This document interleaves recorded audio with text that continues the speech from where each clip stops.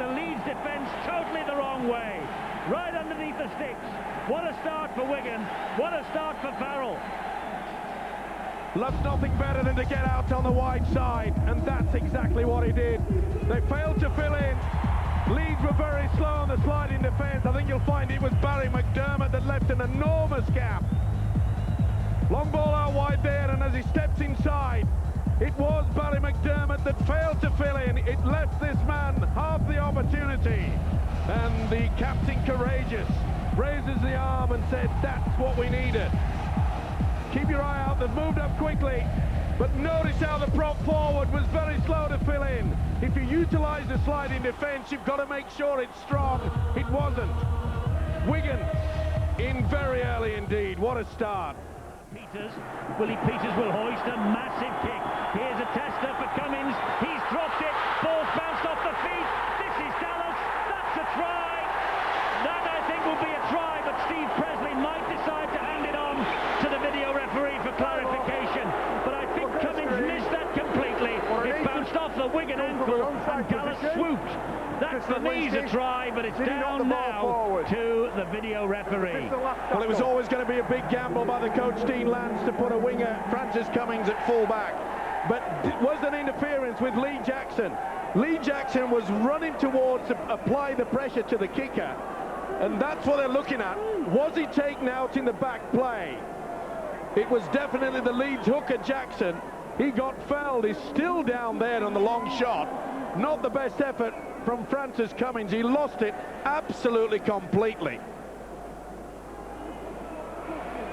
This is to see who it came off, and I don't think Rydlinski got a fingertip to it. If it hit him at all, perhaps it was with the thigh.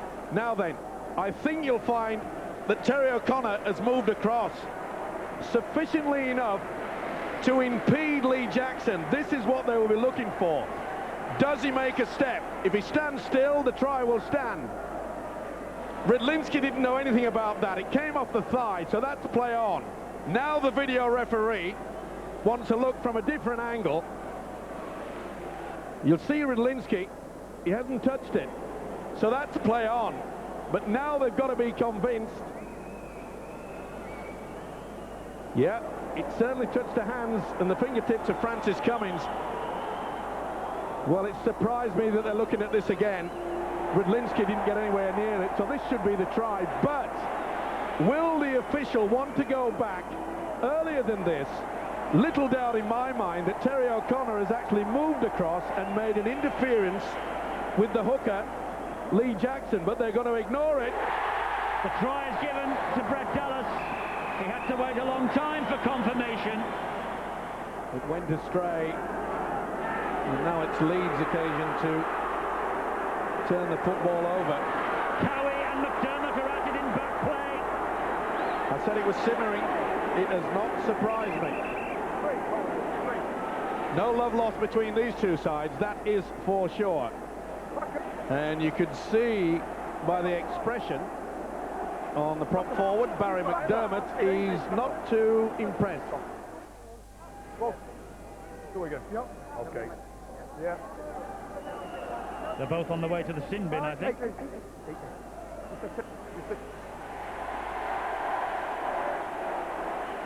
Well, if McDermott goes, Cowie must follow him. Well, Cowie's got to go. Of course he has. I mean, he played the football, then was obviously something was said. McDermott was having a little bit of a chat to this chappie. And the two prop forwards, hopefully, will go to the sin bin and cool things down. And again, they're trying to spin them on their back. Interference is still on show. It's good defence, though, by Leeds. Yes, there's a penalty. Fleary. Oh, and Farrell shoved him, and Fleary wanted to continue the debate on. Well, he's in the bin. Well, Fleary's on his way. In Australia, we call it sledging. And there's little doubt there's plenty of that going on. Well, that means now that Leeds are down to 11, and Wigan have got 12. Put the hand into the chest, fall over it, then put the knee. And Old Farrell might be on his way. He certainly went for it. They really have got with the tackle. to support the man carrying the football. Peters is carrying the football now. Back it goes from Renoff to Cassidy. I think that's about the first time I've mentioned Steve Renoff tonight. Chances here for Newton. Flings it back. Peters will pick up the bits. They've got men overlapping out wide. Betts will score. Touched in flight by the Leeds hand. It was being wiped out anyway, the tackle count. Dennis Betts collected the ball. They had men on the overlap out wide, Wigan. Betts was nearest to the football. He gets off the mark in Super League 5, and the extra man advantage for the Wigan Warriors has told and taken its toll. Betts with the try. Good work from the hooker, Terry Newton. Not only did he suck in the defence, he gets the ball away. Three men have committed themselves to Newton. Peters knew they had it on. Senior went for the intercept. As soon as he didn't take it, it was always going to be a try. Wigan had the overlap. Senior goes for the big gamble, didn't come off, straight into the hands of Dennis Betts.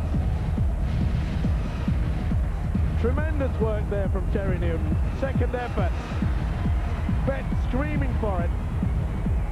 No chance of stopping this guy. He became the ham in the sandwich, and it was a pretty big sandwich that came to him. Nice big slices of bread has left him exactly in a groggy position. Someone's on the way to the sin bin from Wigan this time. I think it's Farrell. The captain leaves the field. Andy Farrell's sin bin. He was the man who was warned along with Harris. And referee Steve Presley sent the Leeds man off, and he has been consistent. Well, he's warned them. What more do they want? And you can see there that Farrell made no attempt to get off Rivet. No attempt whatsoever. I know I keep repeating myself, but the rule states that once you've made the tackle, you must roll away. No interference whatsoever. Oh, it's a big hit. This is going to explode. He's lost the football, and they are giving Cowie taps on the back. But notice yet again, the ball carrier. Watch the elbow go up here. Boom! Well, the officials are not seeing this, and that's why there's so much aggression being shown out there on the field of play. And Cowie came in, and I think he actually hit his own man rather than the Leeds ball carrier. You can see both sides, they're just lining each other up, saying, let me have a shot at this guy. Gilmore, that was high from Morley. That was high from Morley. And the referee was spot on. I said there were players out there who had lost any concentration. He's got to go for that. It's no, oh, and then he wanted to strike with a headbutt on Mestrov. What on earth is happening out there? 2 seconds earlier, referee Steve Presley had a grin all over his face. If he doesn't do something here, he won't be grinning for the rest of the match. I said he'd be getting the cards as though he's shuffling for patience. He's got to go for that one. Oh, dearie me today. It's a big, big escape for Leeds and Adrian Morley. Look at the head go back. Gilmore, it's no good, and then he puts the headbutt on. What are we having here? I'll tell you what we might be having. We might be having Leeds entering a Challenge Cup semi-final without a couple of stars. They've got a semi-final to play next weekend, and there are now at least 2 incidents on report. Well, Sean McRae must be grinning all the way to the semi-final. Well, he is going to send a letter to Leeds telling the Rhinos that Hull will not be turning up, remember. That was his reaction on Friday. Oh, yeah. But Dean Lance knows... Oh, yeah, he convinced me. Dean Lance knows that there could be a little problem. Well, that wasn't just a little problem. To be fair to Morley, he held the arms up. He knew that he was high on the tackle, but then to start offering the head to the face. No good going into a bank, robbing it, and then saying, oh, I've changed my mind. It's only a water pistol, and I was only kidding.